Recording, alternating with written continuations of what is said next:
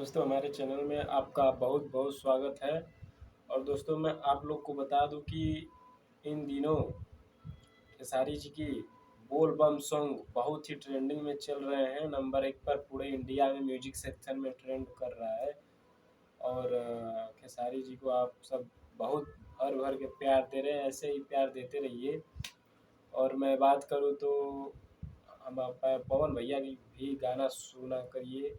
ऐसा नहीं है कि सिर्फ मैं खेसारी जी का गाने का प्रमोशन करूं तो आप खेसारी जी के गाने का ही मतलब देखें वीडियो। पवन भैया का भी वीडियो देखें और सबका गाना सुने। किसी को मतलब मैं मना नहीं करता हूं। और हाँ, वहाँ तक प्रॉब्लम है, अगर कोई गलत करता है तो उसका विरोध करने की कोशिश करता हूँ।